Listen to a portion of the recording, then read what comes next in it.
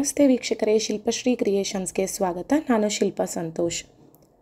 ಇದೇ ಮೊದಲನೇ ಬಾರಿಗೆ ನಮ್ಮ ಚಾನಲ್ನ ನೋಡ್ತಾ ಇದ್ದರೆ ದಯವಿಟ್ಟು ಸಬ್ಸ್ಕ್ರೈಬ್ ಮಾಡ್ಕೊಳ್ಳಿ ಹಾಗೂ ಪಕ್ಕದಲ್ಲಿ ಕಾಣೋ ಬೆಲ್ ಐಕನ್ ಕೂಡ ಪ್ರೆಸ್ ಮಾಡ್ಕೊಳ್ಳಿ. ಆಗ ನಾನು ಹೊಸದಾಗಿ ಅಪ್ಲೋಡ್ ಮಾಡುವಂಥ ವಿಡಿಯೋ ನೋಟಿಫಿಕೇಷನ್ಸು ನಿಮಗೆ ಮೊದಲು ಬಂದು ತಲುಪುತ್ತೆ. ಇವತ್ತು ನಾನು ಡಬಲ್ ಸ್ಟೆಪ್ ಆರ್ಚ್ ಗ್ರ್ಯಾಂಡಾಗಿ ಬ್ರೈಡಲ್ ಡಿಸೈನ್ನ ತೋರಿಸ್ಕೊಡ್ತಾ ಇದ್ದೀನಿ. ಬಟ್ ಡಬಲ್ ಸ್ಟೆಪ್ ಅಂದರೆ ನಾವು ಎರಡು ಕಲರ್ ಥ್ರೆಡ್ನ ಯೂಸ್ ಮಾಡ್ತೀವಿ. ಒಂದು ಕಲರ್ ಫಿನಿಶ್ ಆದಮೇಲೆ ಇನ್ನೊಂದು ಕಲರ್ ಸ್ಟಾರ್ಟ್ ಮಾಡಿ ಡಬಲ್ ಸ್ಟೆಪ್ನ ಡಬಲ್ ಕಲರಲ್ಲಿ ಮಾಡ್ಕೋತೀವಿ. ಬಟ್ ನಾನು ಸಿಂಗಲ್ ಸ್ಟೆಪ್ಪಲ್ಲೇ ಡಬಲ್ ಆರ್ಚ್ನ ಯಾವ ರೀತಿ ಮಾಡೋದು ಅನ್ನೋದನ್ನು ಸಿಂಗಲ್ ಕಲರಲ್ಲಿ ನಾನು ಇವತ್ತು ತೋರಿಸ್ಕೊಡ್ತಾ ಇದ್ದೀನಿ. ಇದಕ್ಕೆ ನೀವು 700ಇಂದ 750ವರೆಗೂ ಚಾರ್ಜ್ ಮಾಡ್ಕೋಬೋದು. ಇದಕ್ಕೆ ಬೇಕಾಗಿರುವ ಮೆಟೀರಿಯಲ್ಸು ಕ್ರೋಶಾ ನೀಡಲ್ ನಂಬರು ನೀವು 10 ಅಥವಾ 11 ಯಾವುದಾದ್ರೂ ಯೂಸ್ ಮಾಡ್ಕೋಬೋದು. ಮತ್ತು ದೊಡ್ಡ ಕಣ್ಣಿನ ಸೂಜಿ ಕುಚ್ಚು ಕಟ್ಕೊಳ್ಳೋದಕ್ಕೆ ದೊಡ್ಡ ಕಣ್ಣಿನ ಸೂಜಿ ಬೇಕು. ಮತ್ತು ಇಲ್ಲಿ ನಾನು ಬೀಡ್ಸು ಬಿಗ್ ಬೀಡ್ಸ್ ಯಾವುದು ಯೂಸ್ ಮಾಡ್ತಿಲ್ಲ, ಸ್ಮಾಲ್ ರೌಂಡ್ ಬೀಡ್ಸ್ನ ಮಾತ್ರ ಯೂಸ್ ಮಾಡ್ತಾ ಇದ್ದೀನಿ. ಜರಿ ದಾರ, ಕುಚ್ಚು ಕಟ್ಕೊಳ್ಳೋದಕ್ಕೆ ದಾರ, ಕತ್ರಿ ಮತ್ತು ಆರೆಳೆ ದಾರ. ನಾನು ಹೇಳಿದ್ನಲ್ಲ ಒಂದೇ ಕಲರಲ್ಲಿ ಮಾಡ್ತಾ ಇರೋದು ಅಂತ, ಹಾಗಾಗಿ ಆರೆಳೆ ದಾರ ಒಂದೇ ಕಲರ್ ಮಾತ್ರ ಸುತ್ತಿಟ್ಕೊಂಡಿದ್ದೀನಿ. ಇವಾಗ ಡಿಸೈನ್ ಹೇಗೆ ಮಾಡೋದು ಅನ್ನೋದನ್ನು ಶುರು ಮಾಡೋಣ ಬನ್ನಿ. ಮೊದಲು ನಾವು ಸೀರೆ ಸೆರಗು ಮೇಲ್ಭಾಗನ ನಮ್ಮ ಕಡೆಗೆ ತಿರುಗಿಸಿ ಇಟ್ಕೋಬೇಕು. ರೈಟ್ ಸೈಡಿಂದ ಡಿಸೈನ್ನ ಶುರು ಮಾಡ್ಕೊಂಡು ಹೋಗಬೇಕು. ನಾವೇನು ಆರೆಳೆ ದಾರ ಸುತ್ತಿಡ್ಕೊಂಡಿದ್ದೀವಲ್ಲ ಅದನ್ನು ನೋಡಿ ಈ ರೀತಿ ಲೆಫ್ಟ್ ಹ್ಯಾಂಡಲ್ಲಿ ಬ್ಯಾಲೆನ್ಸ್ ಮಾಡಿಕೊಂಡು ಸೀರೆ ಹಿಂಭಾಗಕ್ಕೆ ಪ್ಲೇಸ್ ಮಾಡ್ಕೋಬೇಕು. ಅದಾದಮೇಲೆ ನಾನು ತುದಿಗೇನು ಗಂಟು ಹಾಕಿಟ್ಕೊಂಡಿಲ್ಲ, ಡೈರೆಕ್ಟಾಗಿ ಸ್ಯಾರಿಗೇ ಗಂಟು ಹಾಕ್ಕೊಳ್ತಾ ಇದ್ದೀನಿ. ನಾವು ಈ ರೀತಿ ಸ್ಯಾರಿಗೆ ಡೈರೆಕ್ಟಾಗಿ ಗಂಟು ಹಾಕ್ಕೊಳ್ಳೋದ್ರಿಂದ ಏನಾಗುತ್ತಂದರೆ ಕೊನೆಯಲ್ಲಿ ನಾವು ಗಮ್ ಪೇಸ್ಟ್ ಮಾಡೋ ಅವಶ್ಯಕತೆ ಇರೋದಿಲ್ಲ. ಯಾಕೆಂದರೆ ನಾವು ಗ್ಲೂ ಹಾಕಿಬಿಟ್ರೆ ಸಮ್ಟೈಮ್ಸು ಬಿಚ್ಚೋಗೋ ಚಾನ್ಸಸ್ ಇರುತ್ತೆ ಆ ಗ್ಲೂ ಕೆಲವು ವರ್ಷಗಳ ಆದಮೇಲೆ. ಆದರೆ ನಾವು ಈ ರೀತಿ ಗಂಟು ಹಾಕ್ಕೊಂಬಿಟ್ಟು ಅದು ಎಂಡಿಂಗಲ್ಲಿ ಹೆಂಗಿದ್ರೂ ನಾವು ಕುಚ್ಚು ಕಟ್ಕೊಳ್ಳೋದಕ್ಕೆ ಸ್ಪೇಸ್ ಬಿಟ್ಟಿರ್ತೀವಿ. ಸೊ ಆ ಕುಚ್ಚು ಕಟ್ಟೋದ್ರೊಳಗಡೆಗೆ ಈ ಥ್ರೆಡ್ಡನ್ನ ಜಾಯಿನ್ ಮಾಡ್ಕೊಂಡು ಕಟ್ಟಿದ್ರೆ ನೀವು ಗಮ್ ಹಾಕೋ ಅವಶ್ಯಕತೆನೇ ಇರೋದಿಲ್ಲ. ಸೊ ಹಾಗಾಗಿ ಇದೊಂದು ಟಿಪ್ಸ್ನ ಫಾಲೋ ಮಾಡಿ. ನನಗೆ ಗ್ಲೂ ಬಿಚ್ಚೋಗುತ್ತೆ ಅಂತ ಅನ್ನಿಸ್ತು, ಹಾಗಾಗಿ ಇತ್ತೀಚೆಗೆ ನಾನು ಈ ರೀತಿಯೇ ಮಾಡ್ತಾಯಿದ್ದೀನಿ. ಈ ರೀತಿ 3 ಗಂಟುಗಳನ್ನ ಹಾಕ್ಕೊಂಡೆ, ಟೈಟಾಗಿ ಕಟ್ಕೊಂಡಿದ್ದಾದಮೇಲೆ ಇವಾಗ ಡಿಸೈನ್ನ ಶುರು ಮಾಡ್ಕೊಳ್ಳೋಣ. ನೋಡಿ, ಇವಾಗ ನಾವು ಗಂಟು ಹಾಕಿರ್ತೀವಲ್ಲ ಅದ್ರ ಪಕ್ಕಕ್ಕೆ ಒಂದು ಲಾಕ್ನ ಮಾಡ್ಕೊಳ್ಬೇಕು. ಲಾಕ್ ಅಥವಾ ಹಾಫ್ ಕ್ರೋಶೆಟ್ ಅಂತ ಹೇಳ್ಬೋದು. ಆ ರೀತಿ ಮಾಡ್ಕೊಂಡಿದ್ದಾದಮೇಲೆ ಇವಾಗ ಕುಚ್ಚು ಕಟ್ಕೊಳ್ಳೋದಕ್ಕೆ ನಾವು 4 ಚೈನ್ ಅಥವಾ 5 ಚೈನ್ ಎಷ್ಟಾದರೂ ಸ್ಪೇಸ್ ಬಿಡ್ಬೋದು. ನಾನಿಲ್ಲಿ 5 ಚೈನ್ ಹಾಕ್ಕೊಳ್ತಾ ಇದ್ದೀನಿ. 5 ಚೈನ್ ಹಾಕಿಬಿಟ್ಟು ಅದು ಎಲ್ಲಿಗೆ ಬರುತ್ತೆ ಅಂತ ನೋಡಿಕೊಂಡು ನೀಡಲ್ನ ಕರೆಕ್ಟಾಗಿ ಸ್ಟ್ರೈಟಾಗಿ ಇಟ್ಕೊಂಡು ಅಲ್ಲಿಗೆ ಲಾಕ್ ಮಾಡ್ಕೊಳ್ಬೇಕು. ನೀವು ಒಂದು ಪಾಯಿಂಟ್ ಹಿಂದೆಗೆ ಲಾಕ್ ಮಾಡಿಕೊಂಡ್ರು ಓಕೆ, ಆವಾಗ ಸ್ಯಾರಿನಲ್ಲಿ ರಿಂಕಲ್ಸ್ ಬರೋದಿಲ್ಲ. ಲಾಕ್ ಮಾಡಿದ್ದಾದಮೇಲೆ ಅದ್ರ ಪಕ್ಕ ಮತ್ತೆ ಒಂದು ಲಾಕ್ನ ಮಾಡ್ಕೊಂಡ್ಬಿಡೋಣ. ಈಗ 2 ಬಾರಿ ಲಾಕ್ ಮಾಡ್ಕೊಂಡಿದ್ದಾಯಿತು. ಇಲ್ಲಿ ಇವಾಗ 3 ಚೈನ್ಗಳನ್ನ ಹಾಕಿಬಿಟ್ಟು ಅದು ಎಲ್ಲಿಗೆ ಬರುತ್ತೆ ಅಂತ ಅಲ್ಲಿಗೆ ಲಾಕ್ ಮಾಡ್ಕೊಳ್ಳೋಣ. ಅದಾದಮೇಲೆ ಮತ್ತೆ 3 ಚೈನ್ಗಳನ್ನ ಹಾಕ್ಕೊಳ್ಬೇಕು. 3 ಚೈನ್ ಹಾಕಿಬಿಟ್ಟು ಅದು ಎಲ್ಲಿಗೆ ಬರುತ್ತೆ ಅಂತ ಅಲ್ಲಿಗೆ ಲಾಕ್ ಮಾಡಬೇಕು. ನೀವು ಆದಷ್ಟು ನೀಡಲ್ನ ಸ್ಟ್ರೈಟಾಗಿ ಇಟ್ಕೊಂಡು ಲಾಕ್ ಮಾಡ್ಕೊಳ್ಳಿ. ಏಕೆಂದರೆ ಸ್ಯಾರಿನಲ್ಲಿ ರಿಂಕಲ್ಸ್ ಬರಬಾರ್ದು ಅಂದರೆ ನೀಡಲ್ನ ಸ್ಟ್ರೈಟಾಗಿ ಇಟ್ಕೊಳ್ಬೇಕು. ಅಥವಾ ಒಂಚೂರು ಎಲ್ಲಿಗೆ ಬರುತ್ತೆ ಅಂತ ನೋಡ್ಕೊಳ್ತೀರಲ್ಲ, ಅವಾಗ ಒಂಚೂರು ಹಿಂದಕ್ಕೆ ಇಟ್ಕೊಳ್ಳಿ. ನೀಡಲ್ ಸ್ವಲ್ಪ ಮುಂದೆ ಹೋಗಿರುತ್ತೆ, ಹಾಗಾಗಿ ಒಂಚೂರು ಹಿಂದೆಗೆ ಇಟ್ಕೊಂಡ್ರೂ ನೋ ಪ್ರಾಬ್ಲಮ್. ಸೊ ಇವಾಗ ನಾನು 2 ಬಾರಿ 3 ಚೈನ್ ಗ್ಯಾಪ್ ಆದಮೇಲೆ ನೆಕ್ಸ್ಟು 7 ಚೈನ್ ಹಾಕ್ಕೊಂಡಿದ್ದೀನಿ. 7 ಚೈನ್ ಹಾಕಿಬಿಟ್ಟು ಎಲ್ಲಿಗೆ ಬರುತ್ತೆ ಅಲ್ಲಿಗೆ ಲಾಕ್ ಮಾಡಬೇಕು. ಸೊ ನಾನು ಸ್ಟ್ರೈಟಾಗೇ ಲಾಕ್ ಮಾಡಿದ್ದೀನಿ, ಇಲ್ಲೇನು ಯು ಶೇಪಲ್ಲಿ ಆ ರೀತಿ ಏನು ಲಾಕ್ ಮಾಡಿಲ್ಲ, ಸ್ಟ್ರೈಟಾಗೇ ಲಾಕ್ ಮಾಡಿದ್ದೀನಿ. ಅದಾದಮೇಲೆ ಮತ್ತೆ 3 ಚೈನ್ ಹಾಕಬೇಕು. 3 ಚೈನ್ ಹಾಕ್ಬಿಟ್ಟು ಅದು ಎಲ್ಲಿಗೆ ಬರುತ್ತೆ ಅಲ್ಲಿಗೆ ಲಾಕ್ ಮಾಡಬೇಕು. ಇವಾಗ ಇಷ್ಟು ಮಾಡ್ಕೋಬೇಕು ನಾವು. ಇವಾಗ ಏನು ಮಾಡಬೇಕಂದ್ರೆ ಸ್ಯಾರಿನ ಟರ್ನ್ ಮಾಡ್ಕೋಬೇಕು. ಟರ್ನ್ ಮಾಡಿಬಿಟ್ಟು ನಾವು ಡಿಸೈನ್ನ ಶುರು ಮಾಡ್ಕೊಂಡು ಹೋಗಬೇಕು. ನಾನು ಹೇಳಿದ್ನಲ್ಲ ಸಿಂಗಲ್ ಸ್ಟೆಪ್ಪಲ್ಲೇ ನಾವು ಡಬಲ್ ಆರ್ಚ್ನ ಮಾಡ್ಕೋಬೋದು ಅಂತ.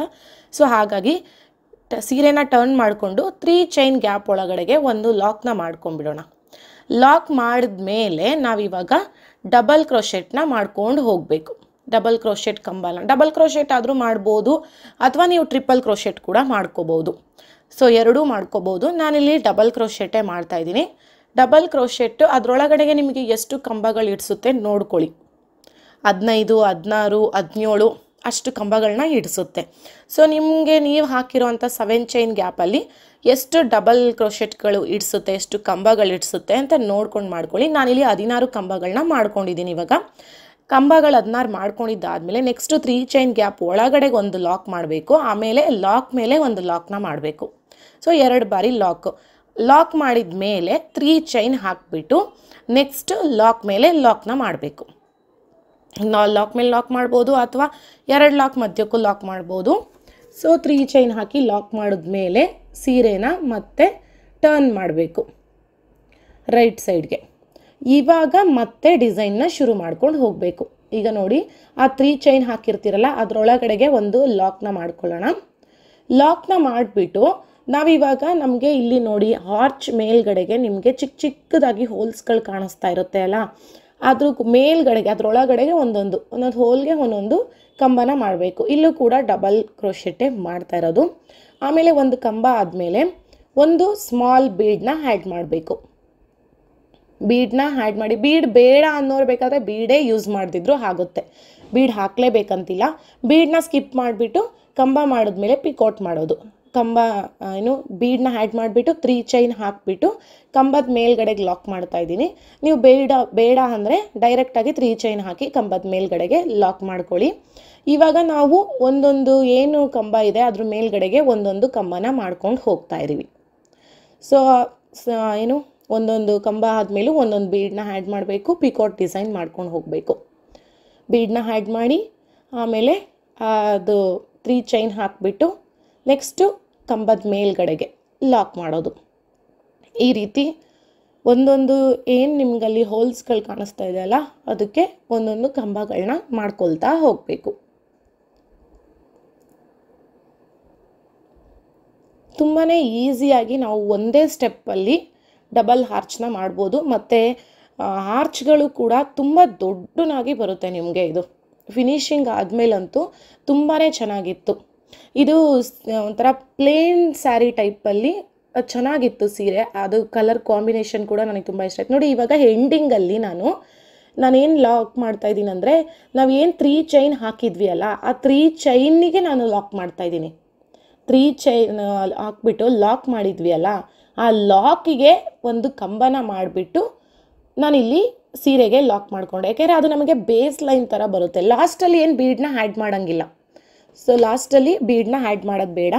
ಲಾಕ್ ಮಾಡಿದ್ಮೇಲೆ ಮತ್ತೆ ಒಂದು ಲಾಕ್ನ ಮಾಡ್ಕೊಂಬಿಡೋಣ. ಇವಾಗ ಮತ್ತೆ 5 ಚೈನ್ಗಳನ್ನ ಹಾಕ್ಕೊಳ್ಬೇಕು. 5 ಚೈನ್ ಹಾಕ್ಬಿಟ್ಟು ಎಲ್ಲಿಗೆ ಬರುತ್ತೆ ಅಲ್ಲಿಗೆ ಲಾಕ್ ಮಾಡ್ಕೊಳ್ಬೇಕು. ಇದಕ್ಕೆ ಹೆವಿಯಾಗಿ ಬೀಡ್ಸ್ಗಳು ಬಿಗ್ ಬೀಡ್ ಎಲ್ಲ ಬೇಡ ಅನ್ನಿಸ್ತು. ನಾನು ಹಾಗಾಗಿ ಬೀಡನ್ನ ಯೂಸ್ ಮಾಡಿಲ್ಲ. ಬೀಡೇ ಬೇಡ ಅನ್ನೋರು ಕೂಡ ಈ ಡಿಸೈನ್ನ ಮಾಡ್ಕೋಬೋದು. ನೀವು ಬೀಡ್ಗಳನ್ನ ಹಾಕ್ದಿಲ್ದಿರ ಈ ಡಿಸೈನ್ನ ಮಾಡ್ಕೊಳ್ಬೋದು. ಅದು ಕೂಡ ನಿಮಗೆ ತುಂಬ ಚೆನ್ನಾಗಿ ಬರುತ್ತೆ. ಬಟ್ ನಾನು ಎಡ್ಜಲ್ಲಿ ಒಂಥರ ಬೀಡ್ ಚೆನ್ನಾಗಿ ಕಾಣಿಸುತ್ತೆ ಅಂದ್ಬಿಟ್ಟು ನಾನು ಒಂದು ಟ್ರೈ ಮಾಡಿದೆ.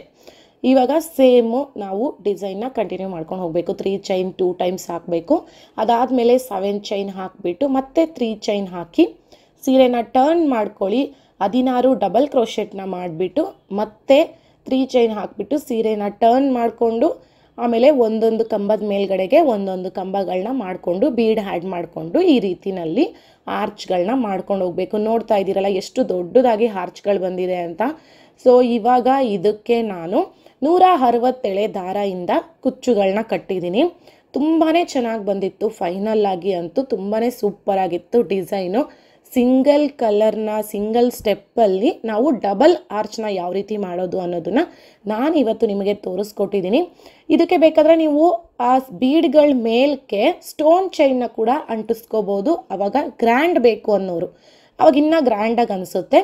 ಸೊ ಈ ಡಿಸೈನು ನಿಮಗೇನಾದರೂ ಇಷ್ಟ ಆಗಿದರೆ ದಯವಿಟ್ಟು ಲೈಕ್ ಮಾಡಿ ಮತ್ತು ಡಿಸೈನ್ ಹೇಗಿತ್ತು ಅಂತ ಕಮೆಂಟ್ ಮಾಡಿ ಮತ್ತು ನಿಮ್ಮ ಫ್ಯಾಮಿಲಿ ಫ್ರೆಂಡ್ಸ್ ಜೊತೆಗೂ ಕೂಡ ಶೇರ್ ಮಾಡ್ಕೊಳ್ಳಿ. ಹಾಗೂ ಇದೇ ಮೊದಲನೇ ಬಾರಿಗೆ ಏನಾದರೂ ನಮ್ಮ ಚಾನಲ್ನ ನೋಡ್ತಾ ಇದ್ದರೆ ದಯವಿಟ್ಟು ಸಬ್ಸ್ಕ್ರೈಬ್ ಮಾಡ್ಕೊಳ್ಳಿ. ಹಾಗೂ ಪಕ್ಕದಲ್ಲಿ ಕಾಣೋ ಬೆಲ್ ಐಕಾನ್ ಕೂಡ ಪ್ರೆಸ್ ಮಾಡ್ಕೊಳ್ಳಿ. ಆಗ ನಾನು ಹೊಸದಾಗಿ ಅಪ್ಲೋಡ್ ಮಾಡೋವಂಥ ವಿಡಿಯೋ ನೋಟಿಫಿಕೇಷನ್ಸ್ ನಿಮಗೆ ಮೊದಲು ಬಂದು ತಲುಪುತ್ತೆ. ಮತ್ತು ಈ ವಿಡಿಯೋ ನೋಡಿದ್ದಕ್ಕಾಗಿ ತುಂಬ ಧನ್ಯವಾದಗಳು.